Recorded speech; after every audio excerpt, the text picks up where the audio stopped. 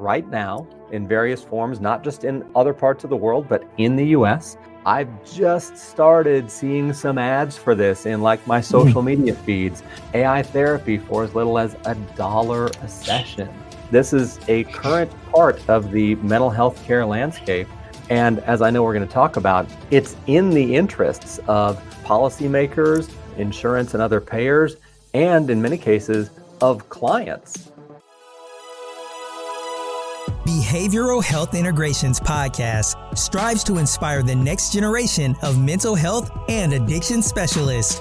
Our aim is to continue to raise awareness and encourage collaboration in the mental health and addiction industry so that it will continue to thrive.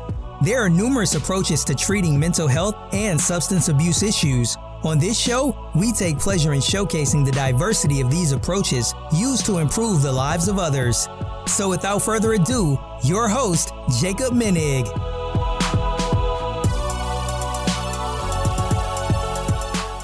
What is up, everyone? This is Jacob Menig, host of Behavioral Health Integration Podcast. Today, I am super excited to be doing a show on AI, artificial intelligence therapy, with two awesome, amazing returning special guests, Benjamin Caldwell and Kevin Doyle. Gentlemen, again, thank you so much for being here. Thank you, Jacob, for having us. It's good to be back with you and excited to talk about the topic. Thanks, Ben. Thanks, Jacob. Glad to be here and looking forward to it as well. Since it has been a little while, would you gentlemen like to take this opportunity to discuss what's been going on with you since we've last met over a year ago? Yeah, so we're here talking about AI today. I've got some articles on the role of AI in therapy up at my blog at psychotherapynotes.com. In terms of the other stuff I've been doing with my sort of professional life, my company that does continuing ed and test prep kind of stuff, we just put out some new software for people's practice exams that they take with us that gives really advanced reporting on their test taking skills, in addition to the actual knowledge that they display on their exam attempts. There's increasing evidence, been known for a while, but there's some pretty strong recent evidence about the key role of test-taking skills in passing license exams. So I'm really excited about that new software. I think it's a game changer in the test prep world. I just made a note to follow up with you, Ben, because that's something we're interested in. So you never know where these conversations will lead. So we'll double back offline on that. Few things on our end. I can't believe it's been a year since we spoke last, but glad to be reconnecting with you guys. I would say two things for us here. I'm the president of the Hazel and Betty Ford Graduate School, and we have had a really, really strong year and really pleased to welcome 59 new degree-seeking students this fall compared to 37 last fall. So really nice growth, over 50% growth year over year for the entire calendar years, 23 to 24. So at a time when higher ed is in a really kind of time of turmoil, we seem to be not just surviving, but thriving, and really pleased about that. And many people ask me, what are different metrics that are important to you? And really one of the most important metrics is the number 105,000 or so, which is the number of overdose deaths in this country, and knowing that each year. And so knowing that the workforce is part of the solution to that we can make a contribution is really encouraging. So that's really important. We achieved our CACREP accreditation, which is the leading counselor education accrediting body. That happened in January. So really pleased about that. And then lastly, and this may be a conversation for another day, Jacob, but I doubt I mentioned this last year, but our faculty started a pilot program where we would consider for admission students who don't have a bachelor's degree but can demonstrate readiness for master's level work based on work experience, essentially. We've decided to continue that. And so about 20 or so of that 59 who came in this fall are folks who are using a combination of academic training, associate's degrees or credits, plus work experience to satisfy our faculty that, yes, you can handle master's level work. And again, from a workforce perspective, I think we need to think more creatively than we have in the past. And so it's kind of an exciting thing. Yeah, Kevin, congratulations on the CACREP accreditation. That is no small feat. Thank you. It was years in the making. And this is the second institution where I've worked with this. And I said that's the last time I'm doing it. So really pleased. So thank you for that. That's awesome. It really is. I'm super excited. And as we talked before, so I'm a clinician in private practice. I have my own feelings regarding AI therapy. And just to kick it off, technically AI therapy has been around for, I guess, 10 to 20 years. Is that true? Yeah, I mean, part of it depends on how you define artificial intelligence. And this is one of those areas where think a lot of clinicians get understandably fuzzy about like, what is this exactly that we're talking about? And is it just sort of advanced computing? And I think it's important to start from a working knowledge of what is AI, because you're exactly right, Jacob. AI therapy has been around in some forms for actually quite a while. And the sort of conceptual way that I try to describe AI, it's technically imperfect. So folks who are in like the data and development world, please understand. I understand the weaknesses here, but just as a conceptual framework, sort of typical computing means that you take a big set of data and you process it through some predefined rules to get some outcomes that you're seeking, something you're interested in knowing from that data. And what makes artificial intelligence qualitatively different is that it takes those last two steps, the rules and the outcomes, and it flips them. It takes a big data set and tells the computer essentially, here are the outcomes. You decide what the rules are that get us to these particular outcomes, and then kind of carry those rules that you have found forward. And this is what we talk about with training AI. It's basically giving AI a big data set and a big set of outcomes and saying, the rules that get us from point A to point B, we're not going to predetermine. That is up to you. And in artificial intelligence systems, they can also adjust those rules as more data, more outcomes are coming in. Now, you can, of course, put guardrails around AI systems, but I think it's helpful to have that conceptual framework first to understand this really is something meaningfully different from just really advanced, fast computers. It's a different thing. And with that in mind, yeah, AI-based therapy, depending on how you want to define it, has been around for some time in various forms. And the landscape today is one where AI therapy is happening right now in various forms, not just in other parts of the world, but in the US. I've just started seeing some ads for this in like my social media feeds. AI therapy for as little as $1 a session. This is a current part of the mental health care landscape. And as I know we're going to talk about, it's in the interests of policymakers, of insurance and other payers, and in many cases of clients for AI therapy to be made widely available at low cost, so that all of us as providers then have to figure out how do we want to position ourselves in that kind of a very different mental health landscape. And I'm sure I'll learn a lot from Ben as we go this conversation, but I would add a couple things. That was really helpful to me, Ben, so thanks for that. In the higher education space, of course, people think about AI and from plagiarism risk. Will students not do the work to learn certain things? And that's a legitimate question. It's a fair question. It's something we need to think about. On the other hand, whenever a new platform, a new resource becomes available, there's always that hesitation. And I sometimes think about Google as a form of AI. You can punch a term into a search engine and all of a sudden all this information comes up. Whereas when some of us were in school, you had to go to these databases and read journal articles and things, and it streamlines your work and makes the work more efficient. And so we need to be careful not to overreact and reject something that can be an extraordinarily helpful tool. And so the question is how to use these things responsibly. So in the academic environment, there are ways to utilize this, I think. I don't know that we know all of them yet, and what all Ben used a great term, which was guardrails. What are these guardrails going to look like? And how do we make sure that the people we're training have the right tools to do the work, but are using resources like artificial intelligence or Google for that matter? I mean, remember when Wikipedia was new and there was overreaction like this is going to be awful.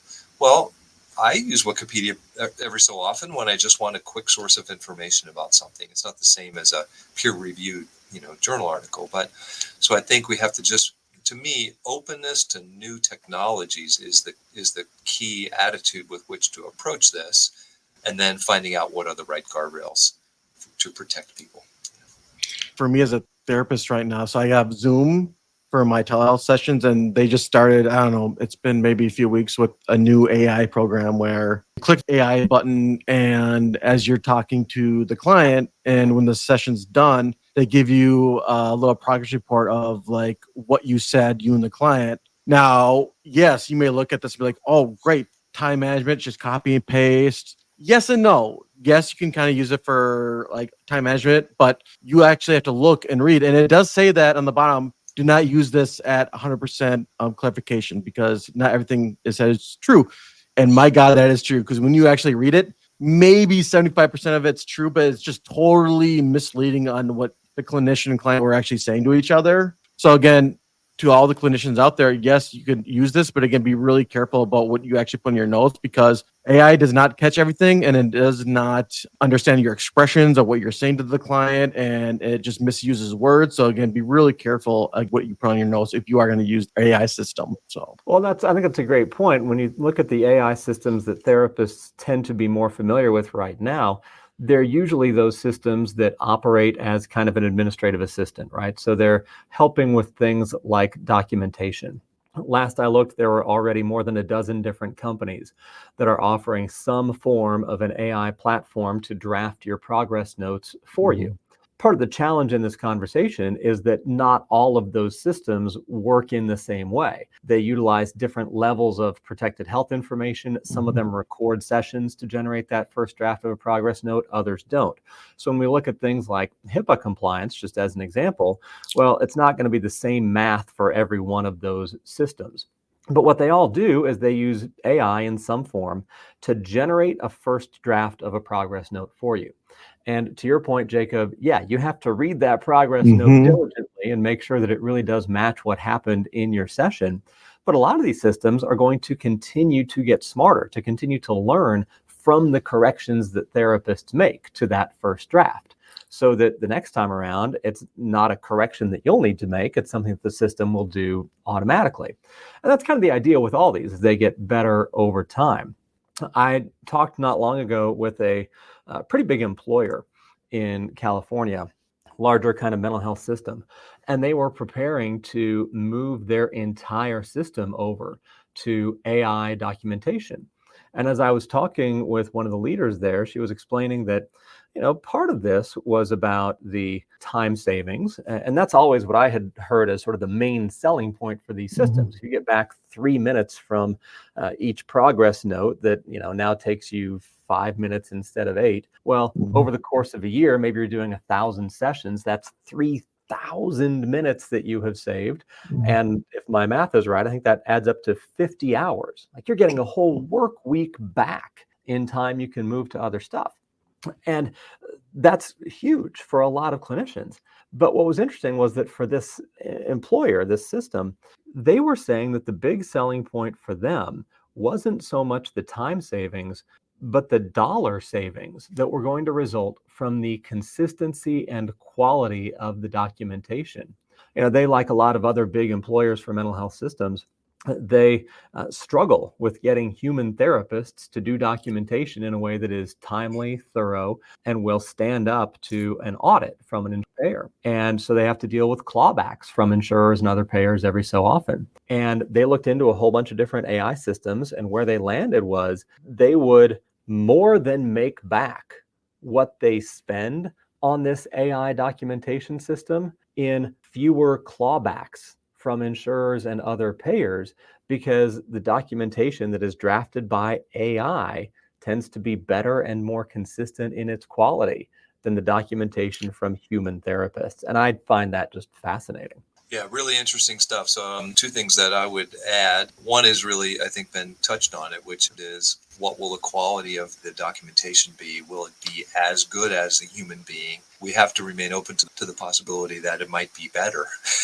I mean, what clinician loves documentation, and if you're sort of half distracted and you're not invested in doing it anyway, I don't know that you could say you're going to be giving your best work. It's sort of a necessary evil. And so if the AI technology can improve while saving time, my goodness, I mean, it's a godsend. The other thing I would say, I would cite the source. I just can't remember where I was reading this, so I can't do that. But I think that what we have to be careful about is those ethical, reputable places that will find that time saving that Ben was referring to and use that to the advantage of the clinician. In other words, now you can get a break in between your sessions. Take a breath. You can use the restroom. You walk around. Burnout and stress are very real, and sometimes you just see more and more and more expected from clinicians, and people leave. The turnover rate in our profession is really bad, really high. So if you can save those 3 minutes And it doesn't just translate into now you can see more clients. Now you can generate more billable hours. That's what I think we have to be careful about, because then clinicians will be under even more stress, saying with those, what did you say it was, then 50 hours a year or something, Yeah.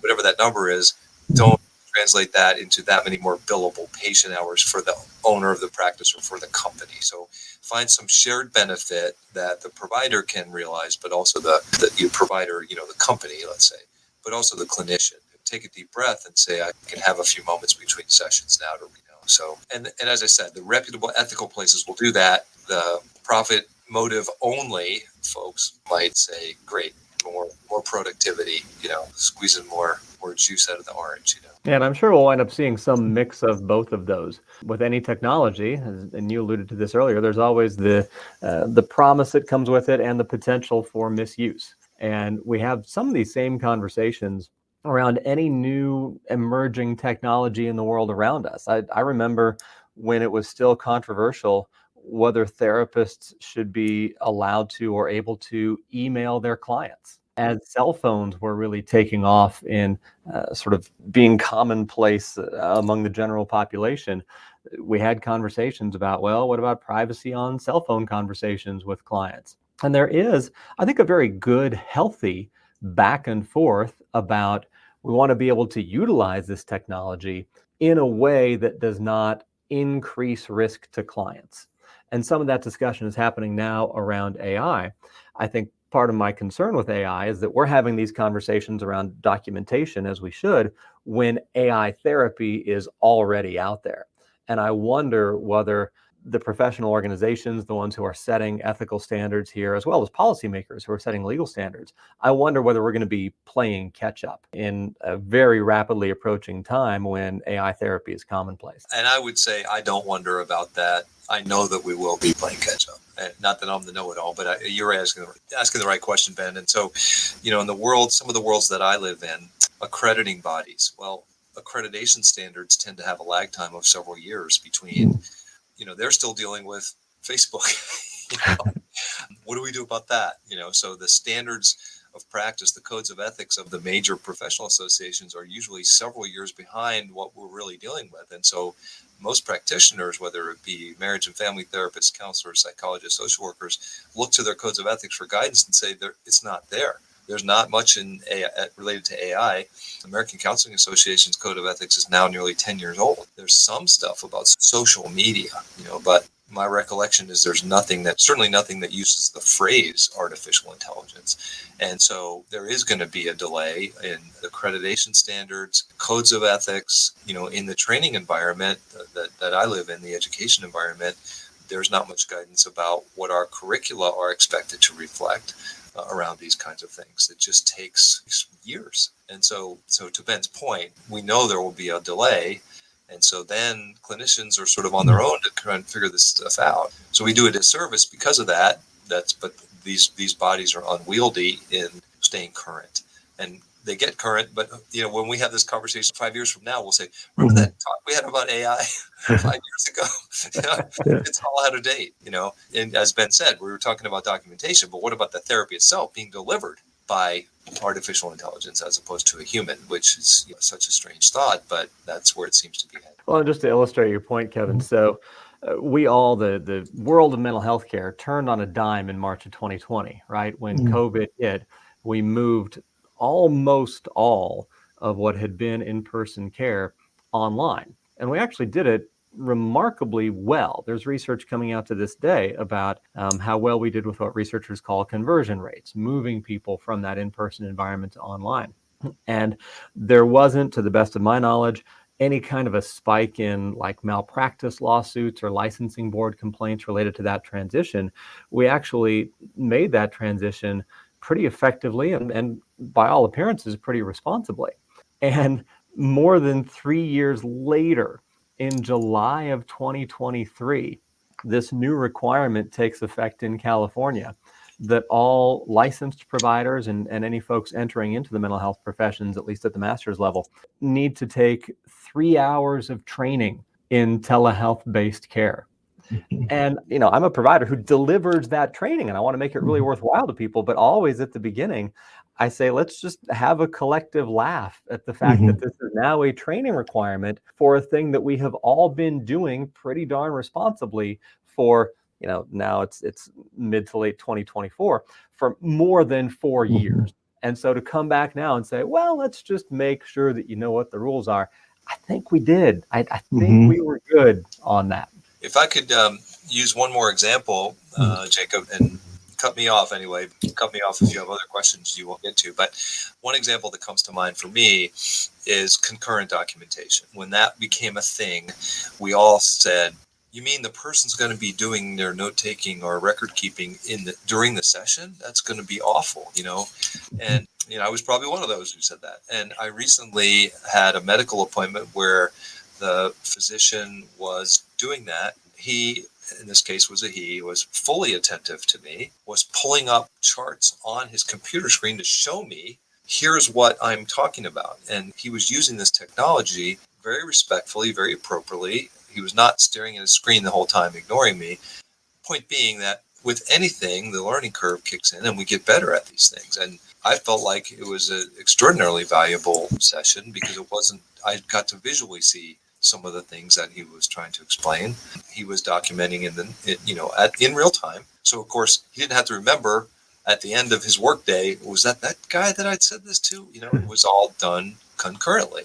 And now we probably wouldn't have been as good at that, when he did it for the first time. So I think that was an example of this type of technology, not exactly AI, but, the similar process that was used very effectively. Moving on, because I just feel like we have a lot of different great points of view here where I'm sure all of us know why clinicians can be struggling nowadays just with health insurance companies getting on the providers list. So I feel like I got some good topics. And again, Ben, thank you for your articles. They were really, really good, combined with some other videos that I watched. And again, I'm going to get into various pros and cons, and I feel like we can have a lot of great conversations, which I'm conflicted because it's so bad because a lot of the pros for clients tend to be cons in a lot of these articles and why it'd be better for them to leave us to go to AI therapy. But again, I will do my best to see both sides of the story. But a lot of things I know, especially Ben, you mentioned earlier, cheaper cost. That scares the hell out of me because I think in one of your articles, the insurance companies are more prone to go to this because they're going to be saving millions of dollars, right? Rather than go to human therapists. Is that true?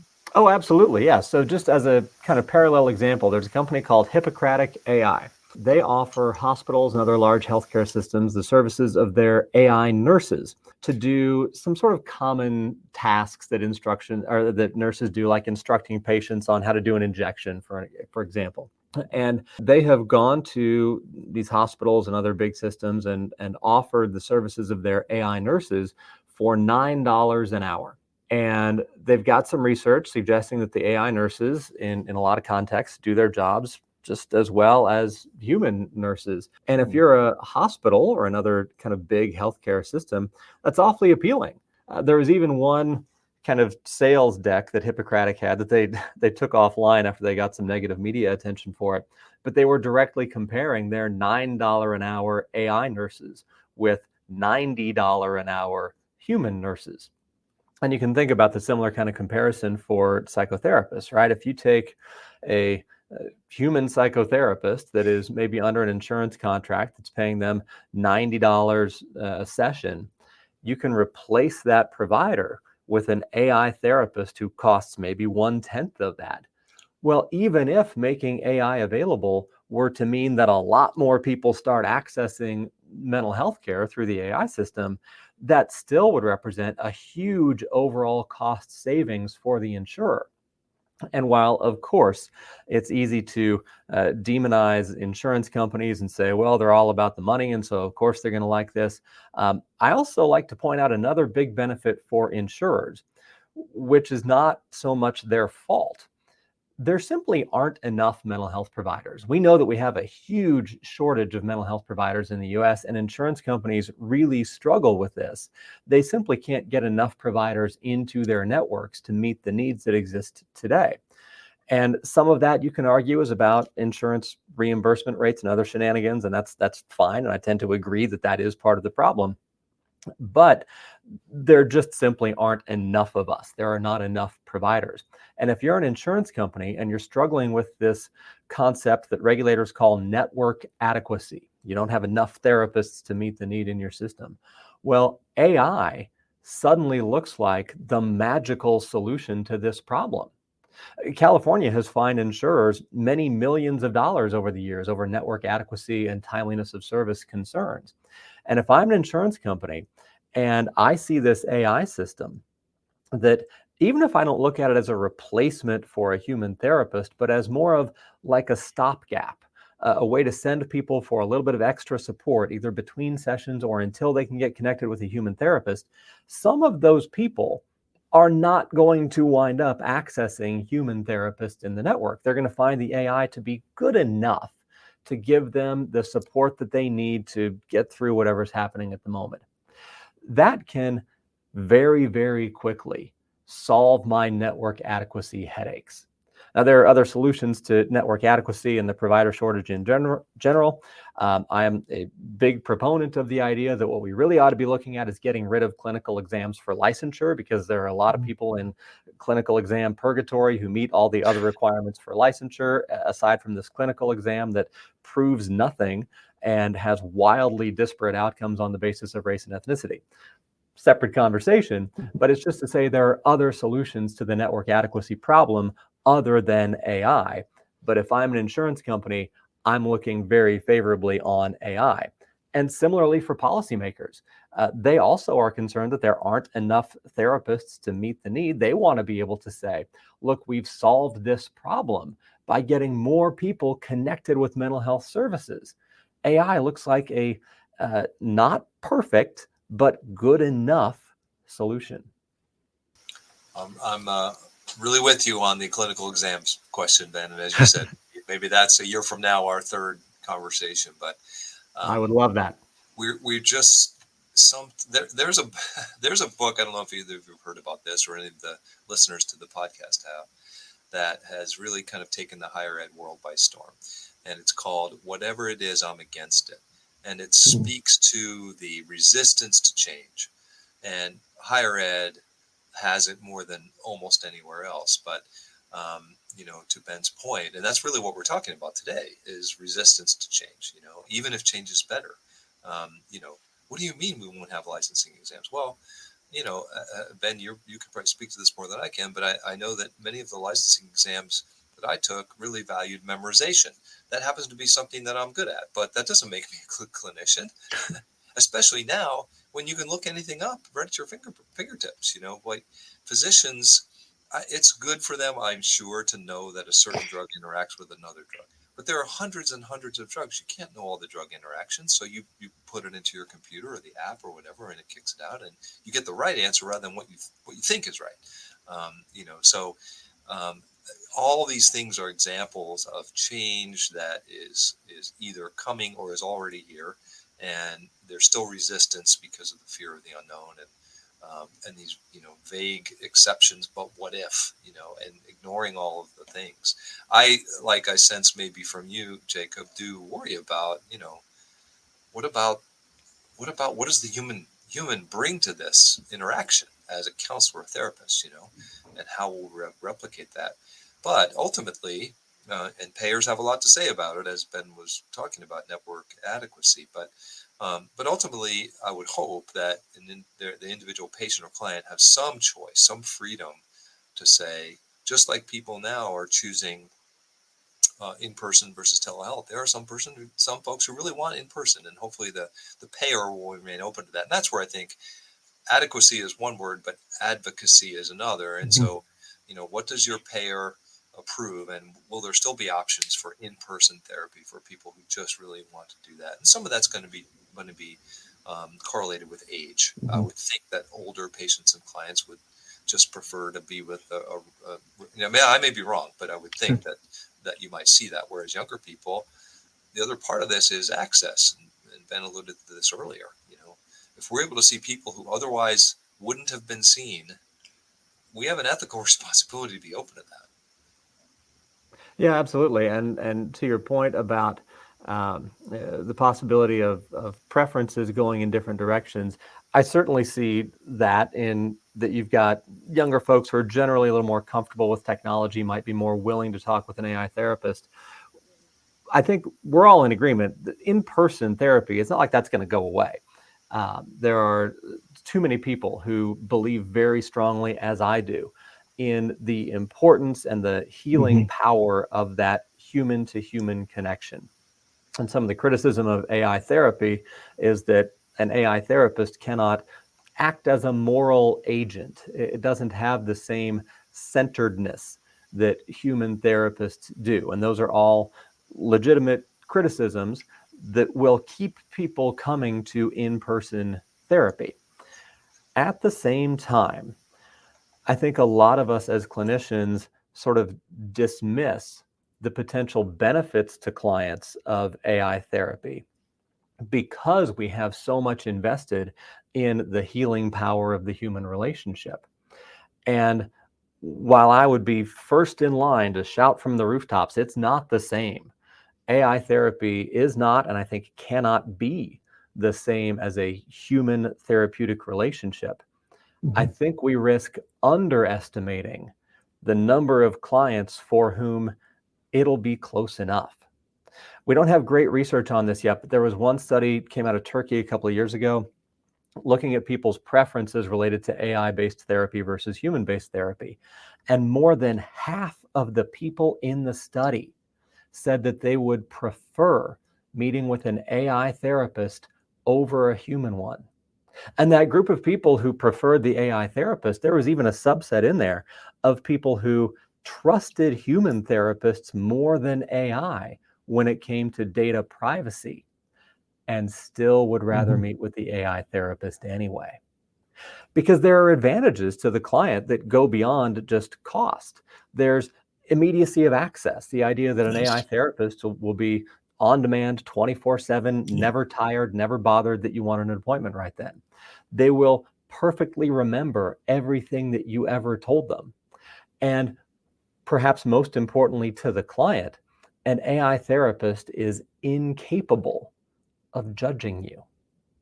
And so people talk about the discomfort that they feel when sharing some embarrassing or shameful part of themselves with a human therapist, and how with an AI therapist, they just don't have to worry about that. Hmm. It makes it more comfortable for them.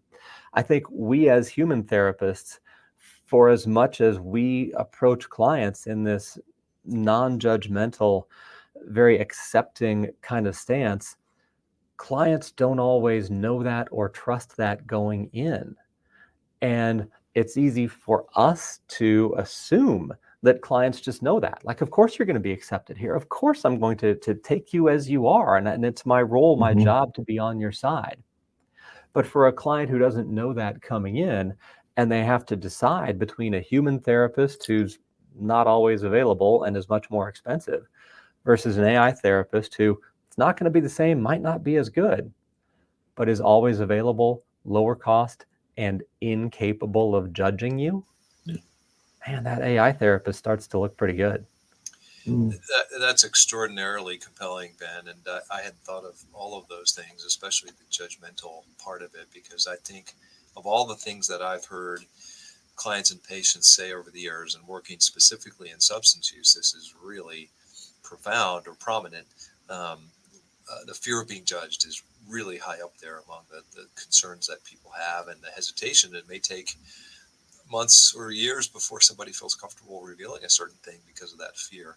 Hmm. You've mentioned a couple of other things though that are very real, and now some of these are arguments as well for telehealth or teletherapy, like um, when you talk about the barriers to people getting help, all the time spent in commuting to the therapist's office.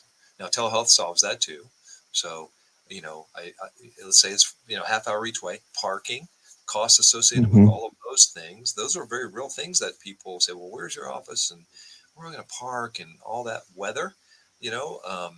I don't want to go out in this weather, and then you get into all the therapeutic things about people just feeling more comfortable in their own homes, and that the teletherapy solves all that, or most of that, but it doesn't solve the time of day issue.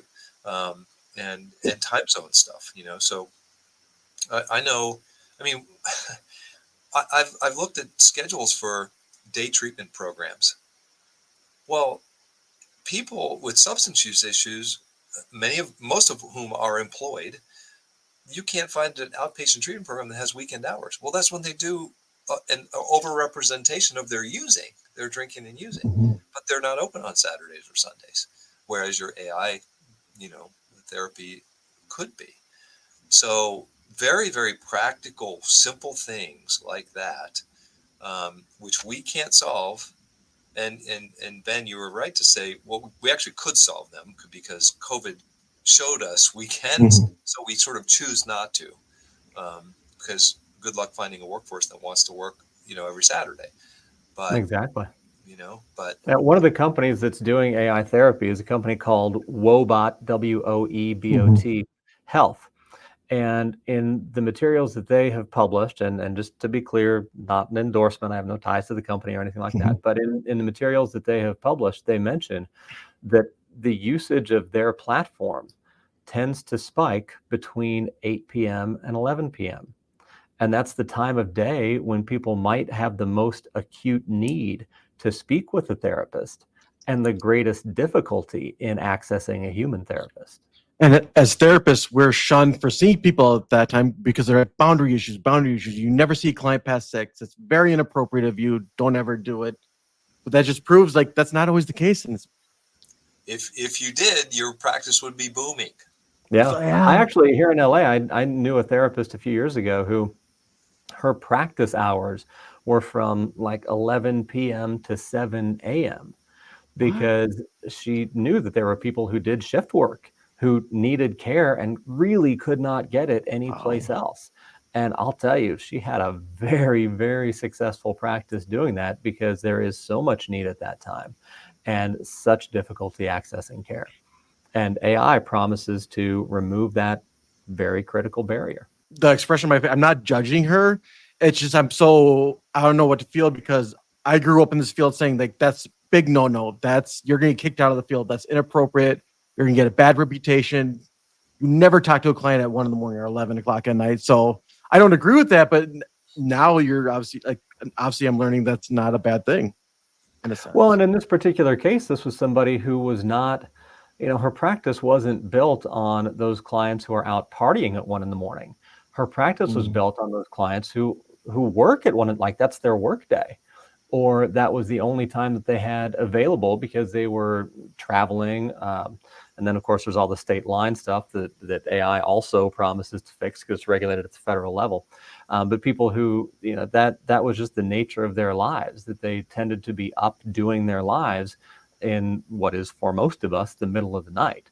So this actually wasn't crisis work predominantly that she was doing. It was what you and I would think of as routine outpatient mental health care, just at a time when her competition was non-existent because they were all sleeping.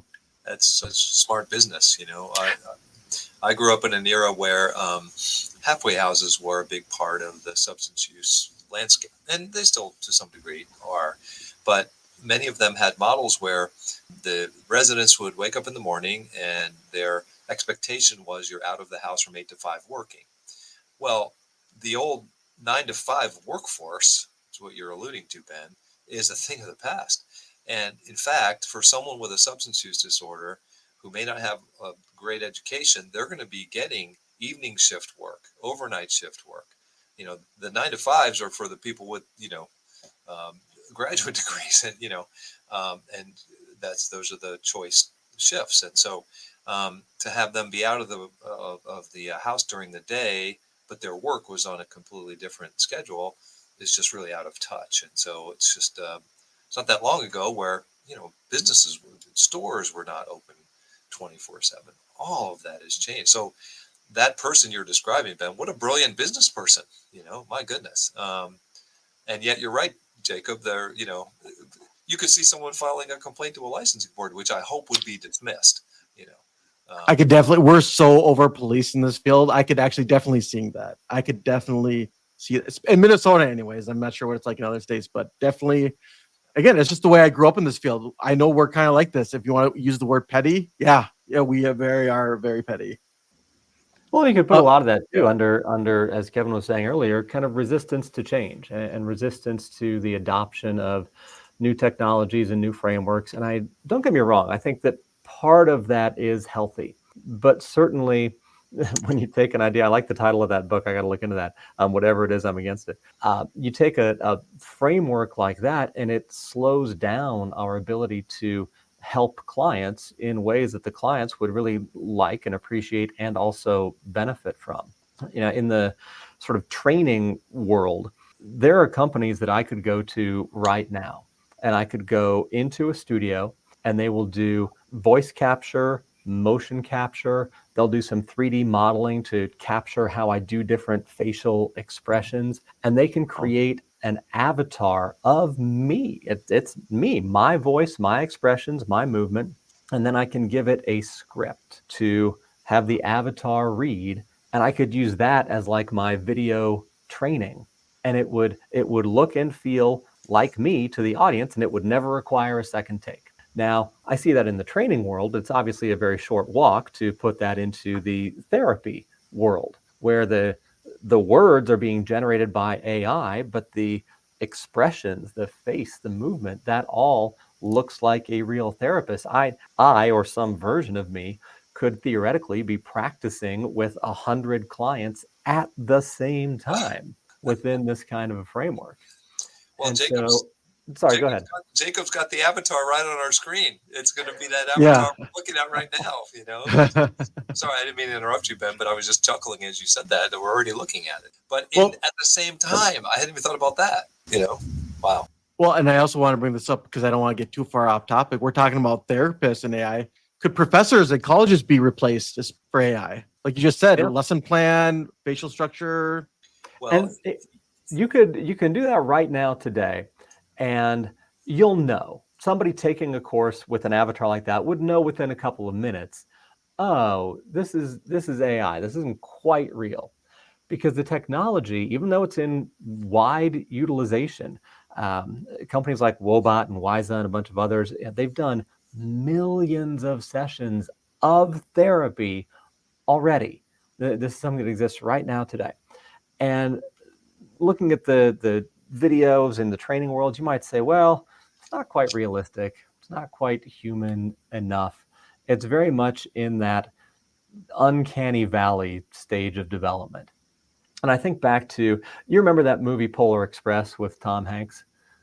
That was very kind of early relative to now in the development of these kinds of technologies for movie making.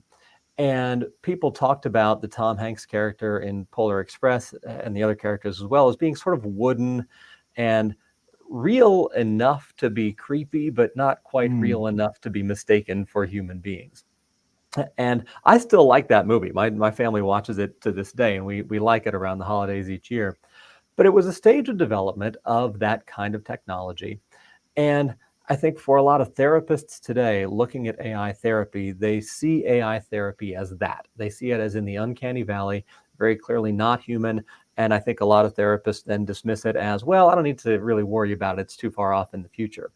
But I just want to point out how short of a walk it is from a historical perspective, from Tom Hanks in Polar Express being wooden and maybe a little creepy, to where we are now with the very realistic and believable de-aging of Indiana Jones. It's a short walk. And I'm not sure therapists are prepared for how short that walk is going to be in AI technology applied to therapy.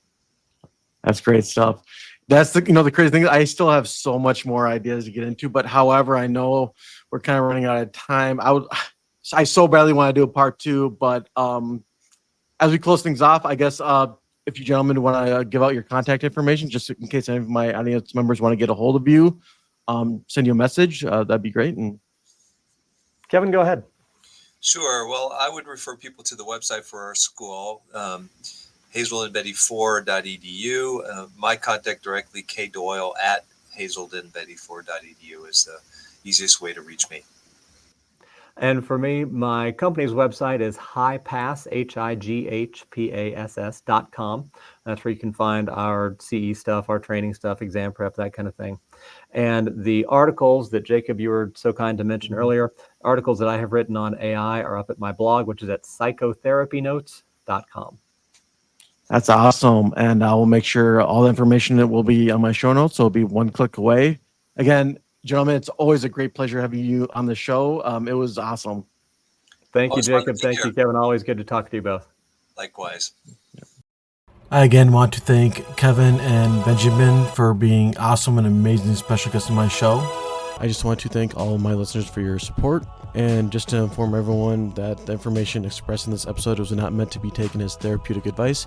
If you do find yourself struggling with any type of mental health or addiction issues, please seek the care of a medical doctor or a licensed mental health therapist. And if anyone has any further questions for me, you can reach me at my email address, behaviorhealthintegration121@gmail.com. You can also find me on LinkedIn at Jacob Minig, where you will find more educational posts on psychotherapy, trauma, and addiction. And finally, you can follow me on my website, which is behaviorhealthintegration.org. I also want to inform everyone that there is a great new device out there called Calmigo. It's a breathing device meant to control and manage your breathing rates and the depth of your breathing as you inhale and exhale to again help relieve any type of anxiety and stress-like symptoms. And if you do put the BHI podcast into the promo code, you get $30 off this amazing device. It is a once-in-a-lifetime deal, and you will not be disappointed. All right, everyone, until next time, have a good day. Bye.